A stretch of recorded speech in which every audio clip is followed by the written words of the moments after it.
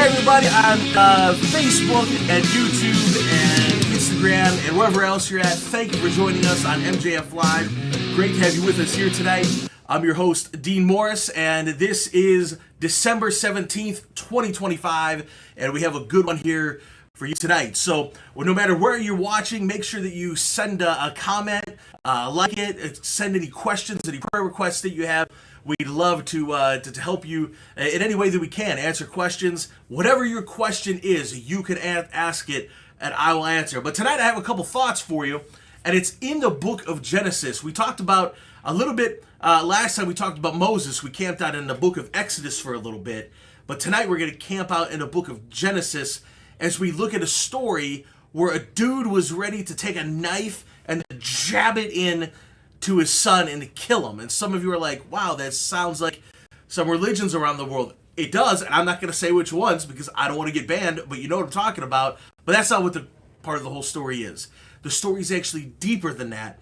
It's about God really testing somebody, and it's really something for you and I today. And so those of you that are joining in the U.S., welcome. Of course, I love the U.S. I would live in the U.S. And those of you that are joining in East Africa, it's great to have you with us. Those of you in Papua, Indonesia, and different parts of Indonesia, I know you're joining in too because it's 7 o'clock at night in the U.S. right now, and it's 7 o'clock in the morning in Papua, Indonesia. So good to see you guys, and I cannot wait to be back in Indonesia again very soon. And so my crew, feel free to shout something out if you want to. So we're going to camp out. This is Genesis 22. It's a story of Abraham.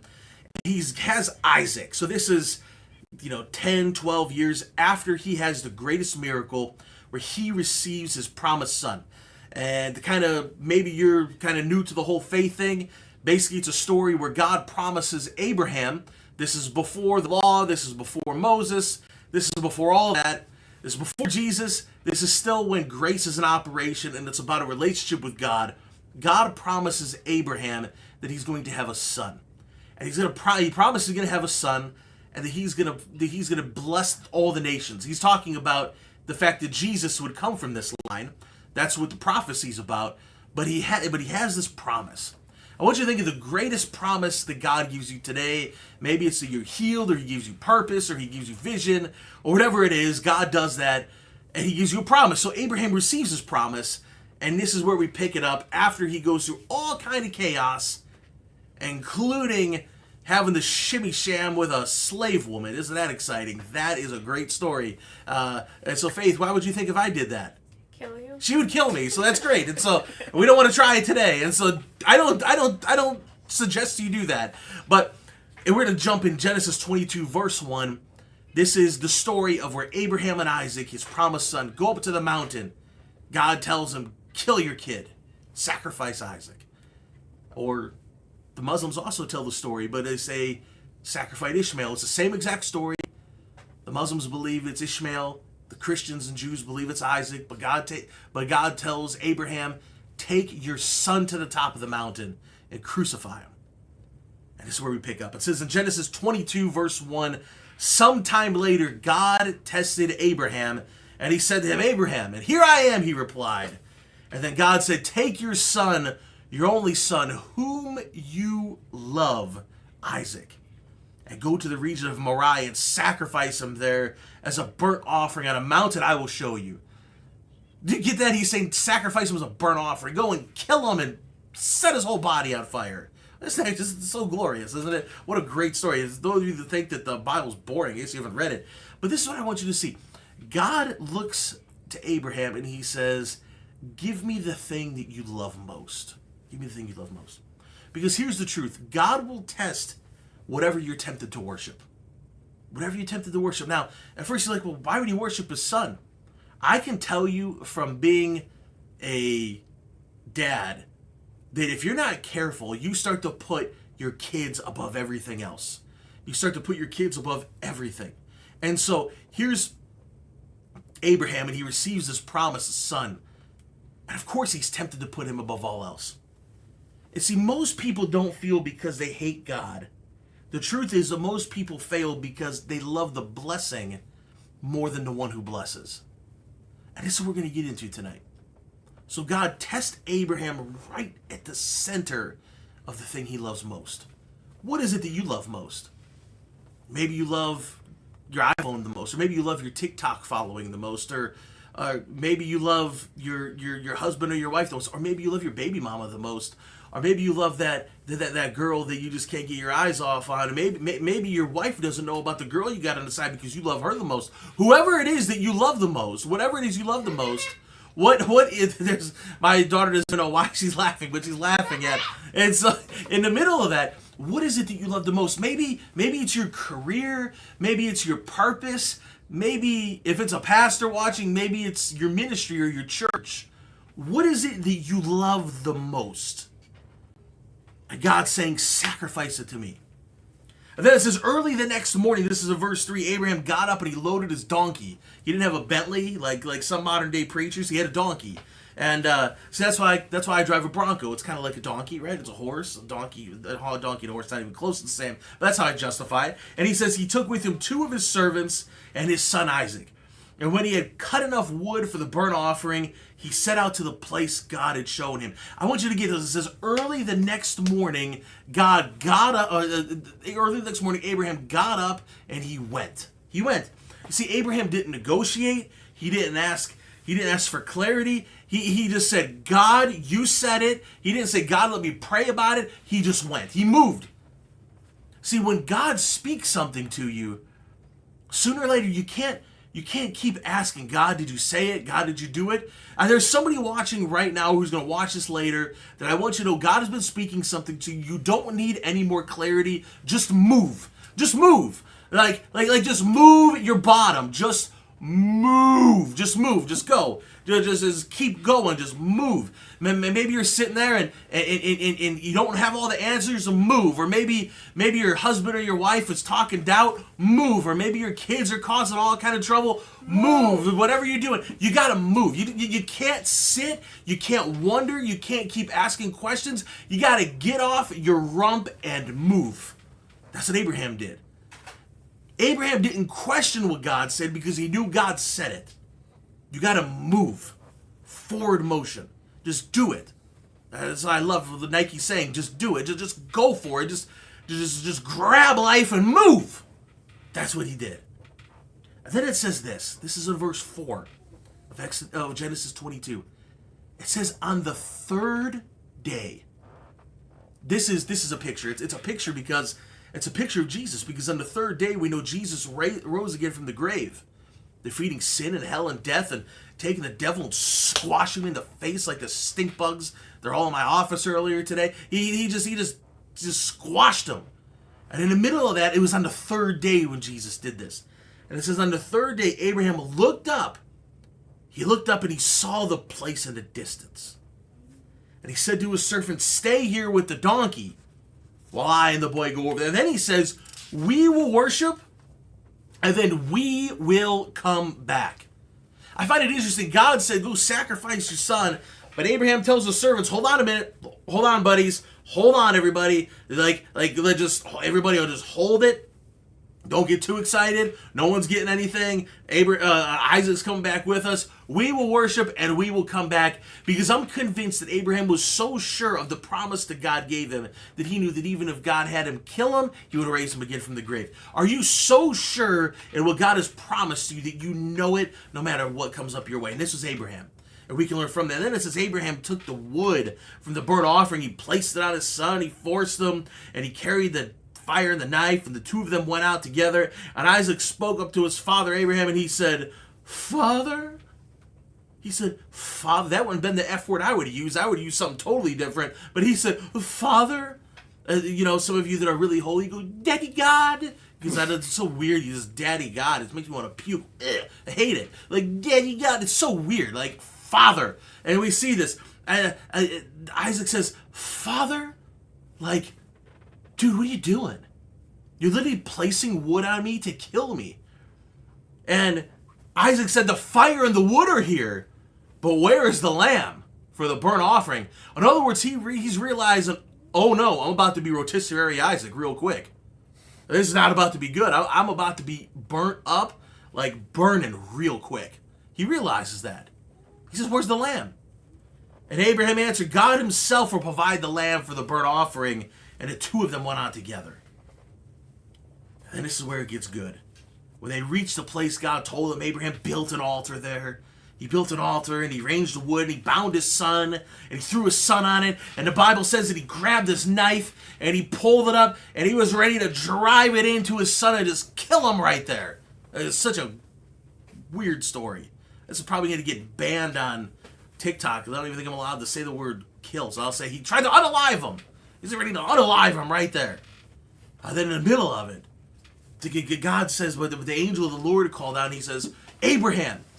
Abraham. And then the same thing at the beginning. He says, here I am. What's interesting about this is it's the same thing that Abraham says at the very beginning in Genesis 22 verse 1. When God calls, his initial response is, here I am. Here am I. Here I am.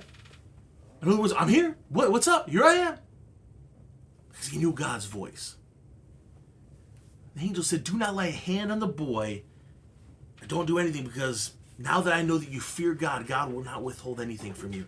Because this is what you need to understand. This is what I'm going to get at tonight. Heaven responds to your surrender. When you surrender what you love, when you surrender what makes you happy, when you surrender the things that are important to you, God looks at that and he says, I am going to show up and to do something for them. Because God is interested in what do we worship. Do we worship him or other things? Now, I want to go off on a little bit of a rant, because in America, and this is true for everywhere, it's true for Indonesia, it's true for East Africa, let's just say it's true for India, let's just say it's true for just about everybody that's living in the modern world. If you have a smartphone and you're watching me, this is for you. Our world is full of things to worship. Let's be honest. It's full of beautiful people to worship, and for those of you saying, oh, I can't believe you're saying that, you're supposed to be preaching. Look, if you don't think there's beautiful people in the world, you're either blind or you're stupid or you're a liar. So let's just throw it out there. So there's beautiful people out there that you can get fixated on. There's things that, there's purpose, there's careers that we can become obsessed with. You can be upset. You know, the very thing you're holding in your hand to watch me, the smartphone that's more powerful than the supercomputer that launched the spaceship to the moon that didn't actually happen because they faked it in a basement. But in the middle of all that, there's a phone you're watching it on that's powerful. You realize that right there is the number one idol in the world that people worship.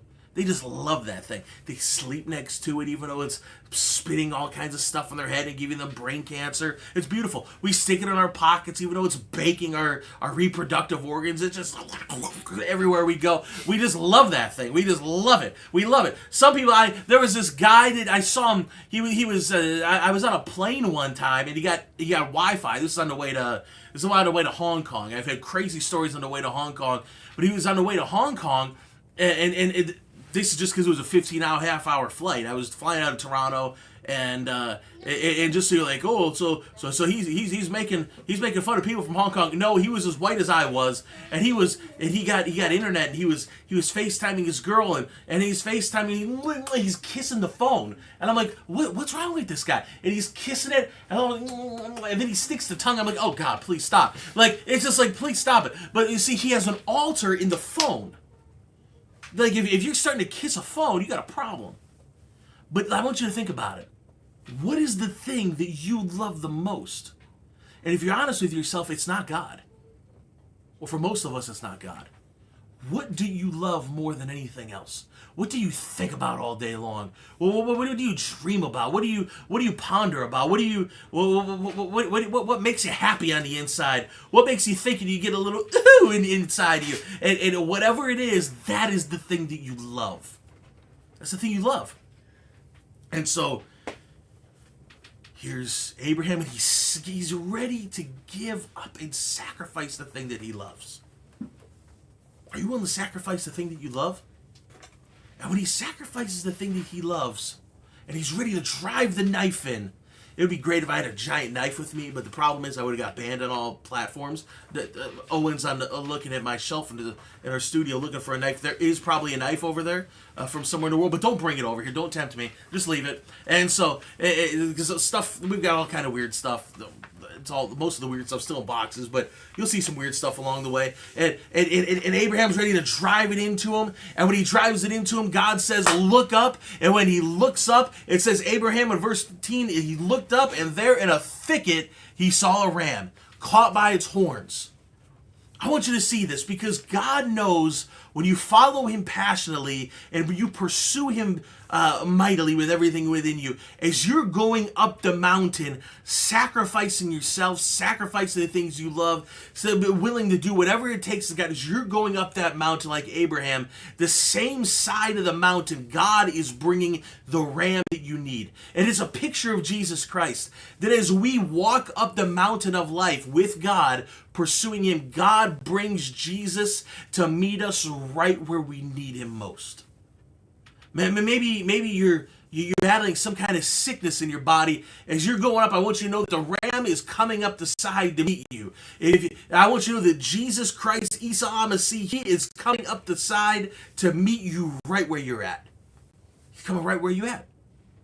The ram, the picture of Jesus, the one who gives us everything that we need. And then, for all my Pentecostal friends who love different songs, there's a song that everybody loves. It's called Jireh. You can help me. You can help me sing. Help me sing it, Owen. It goes like something like this.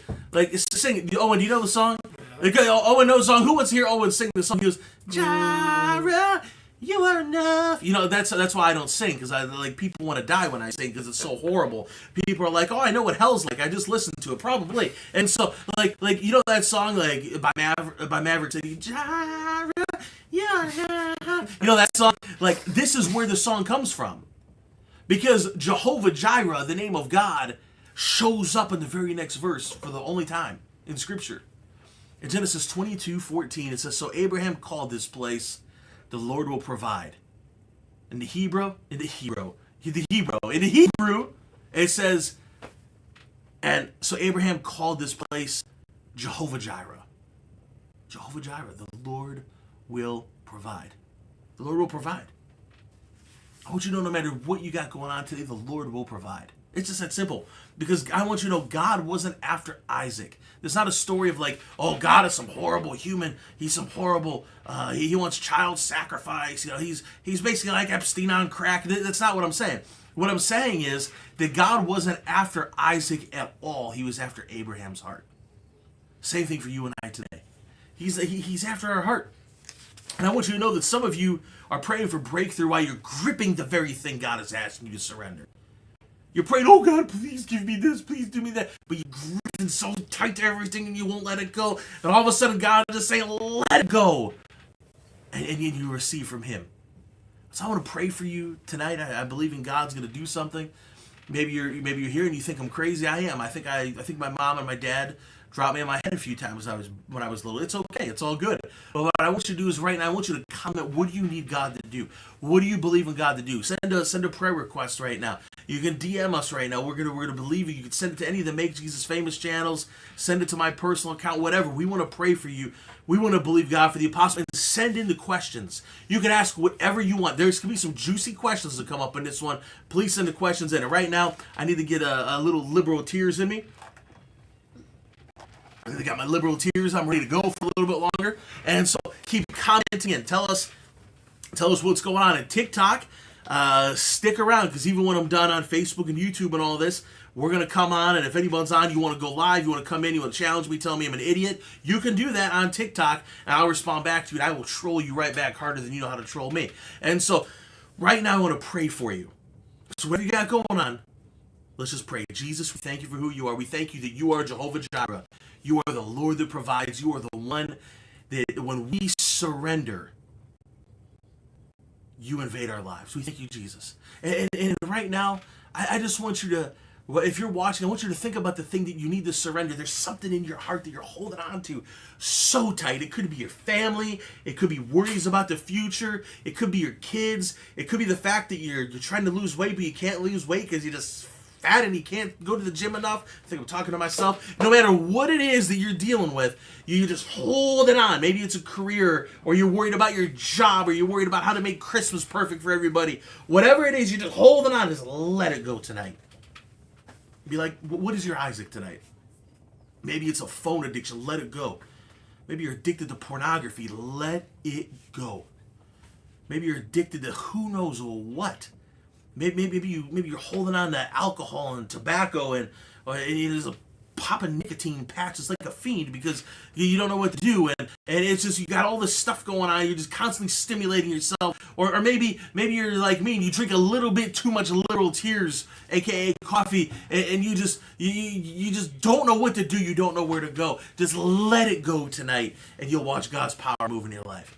So I want you to, right where you're at, just call out right now, this is what I'm letting go. Just take your hands like this and say, God, I'm giving you my phone. God, I'm giving you my daughter. God, I'm giving you my wife, even though she's crazy. But she's not. I'm not talking about mine. I'm talking about yours. Like God, I give you this. God, I give you that. God, I give you my friends. God, I give you the people who say one thing and they do another. I'm holding on to. God, I give it to you. I give you the Zyn pouches. I give you the I give you the I don't even know what's big anymore. I give you the marbles. I give you whatever. I give you the vape with the CBD in it. I give you, or I don't even know what they put in it. I'm sure I used to do the hookah with the stuff, and now that was a different story for a different time and a different place. But if you don't believe me, I was sitting there. That looks really bad, but that's the hookah pipe. Okay, that's not what you think. It's the hookah pipe, and I just want to make this stuff. But I want you to know that whatever it is, I want you to say, let it go, and watch God move in your life. Let's give it to him right now. Jesus, we thank you for your peace and your presence. We thank you for you being with us tonight. We love you, Jesus. We thank you. In Jesus' name. Amen. Just grab a hold of that if that's for you, right where you're at. Just in your house. No one's around listening, or maybe they are. Say, that's for me. Just look at your wife or your husband, or maybe your third girlfriend, your wife and your other girlfriend don't know about, whoever you're with, just say, that's for me. If they don't know, you say, what he's talking about is for me. Just grab a hold of it today. Now listen, we're going to keep doing this every Wednesday, every Sunday. Faith brought up a good point. We're going to switch to Sunday time. Faith, what time is that Sunday we're going to? Is it 2 o'clock? Yes. 2 o'clock, 2 p.m. Eastern Standard Time on Sunday. We're going to give that a try this week because we want to make sure that some people from around the world can join in, and that's that we know really well. So we're going to see how that goes this week. We'll test it, and we'll just see how it goes. But so if you want me to talk about something, whether it could be anything, just tell us what that is. We're going to keep this thing focused on the gospel of Jesus, but any topics you want to know about, send it to us. Now, it may take me a couple weeks or a month to develop, but we're going to do it. I got my crew, they're kind of like pointing, they're like, ooh, they look like, look at this, look at that. Okay, look you at have some so, questions. Okay, give me the questions. So, how do you know there is something that you love? Like, sometimes, you know how the distraction, that's how I understood this. So, you know how you get distracted, but you don't know that you're getting distracted? So, how do you know that's a distraction? So, if something is a distraction, if it's taking away from the time or what's important in your life, or specifically what's taking away from your time with Jesus. So if how do you know that something is a distraction? First off, it's keeping you from spending even a little bit of time with Jesus.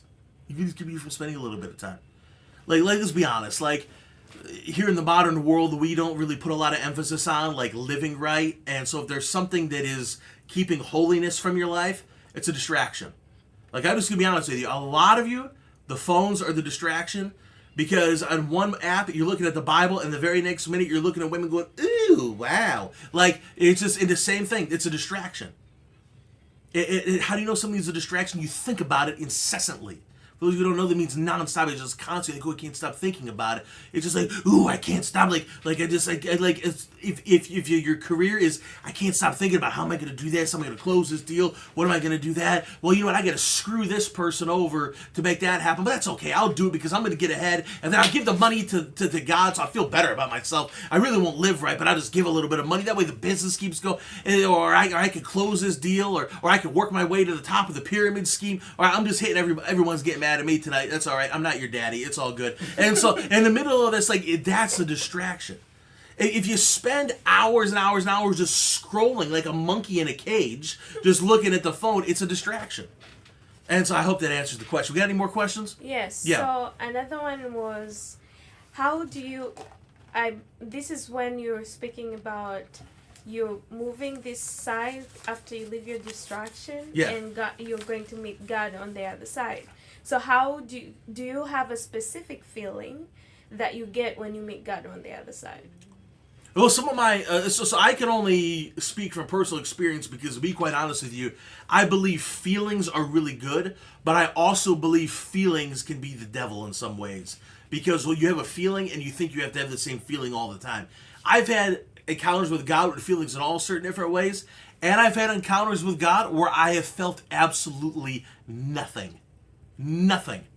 So here's an example. Like one time I was in Mexico. I was 18 years old, and I had this incredible open vision where I saw the future of my some parts of my life, and I was overcome with grief, and I was crying. I think I my whole body was wet from crying, and I was sweating mostly because it was Mexico. It was hot. But I was sitting, it's like I'm overcome with this love, and I felt this fire. There's been times in church services that I felt fire. There have been times praying, especially if I'm praying in tongues, praying in the Spirit. Newsflash, I believe in that. If you don't believe in it, you need to, because there's power in it. But in the middle of that, I've been praying, and I just feel like it just feels like this presence comes over me. There's been times where I felt total peace, and then there's been times, especially when I'm climbing the mountain in ministry, that I have felt nothing. You know, the time that I feel absolutely nothing ever is the festivals. Like, Faith will tell you this. Owen, he's been there, he'll tell you this.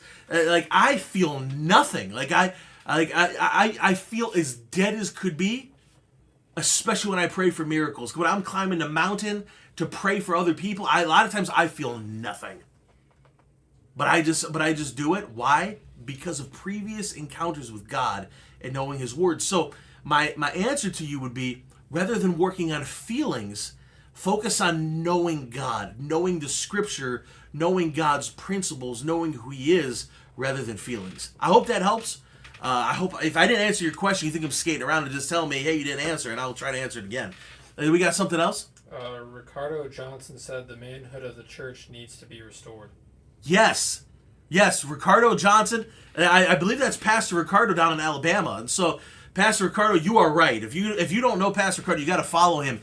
He's right. The manhood needs to be restored in the church. That is good, for sure. I mean, I'm not putting words in his mouth, but I think men are weak. I think men have fallen for this is. I'm not putting words in his mouth. I'm just using what he said to say what I really want to say, that I actually talked to Owen about today. I honestly think that men in general in America have fallen prey to a deceptive spirit called feminism that is nothing else than Jezebel in modern times. And we've been weakened, and we've been destroyed, and we have been held hostage by this thing, and it's wound us up in a million pieces. And we're going to talk about that in a different live.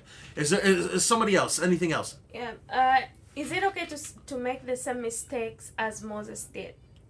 What mistakes are you referring to that Moses made? Are you about killing somebody? And Sure, if you want to kill somebody, I would advocate for it. I don't think it's good. I would say the Bible is pretty clear. Do not kill anybody. In fact, Jesus even says that if you have anger in your heart, it's like you kill them. But as far as mistakes that Moses made, here's the thing you have to understand.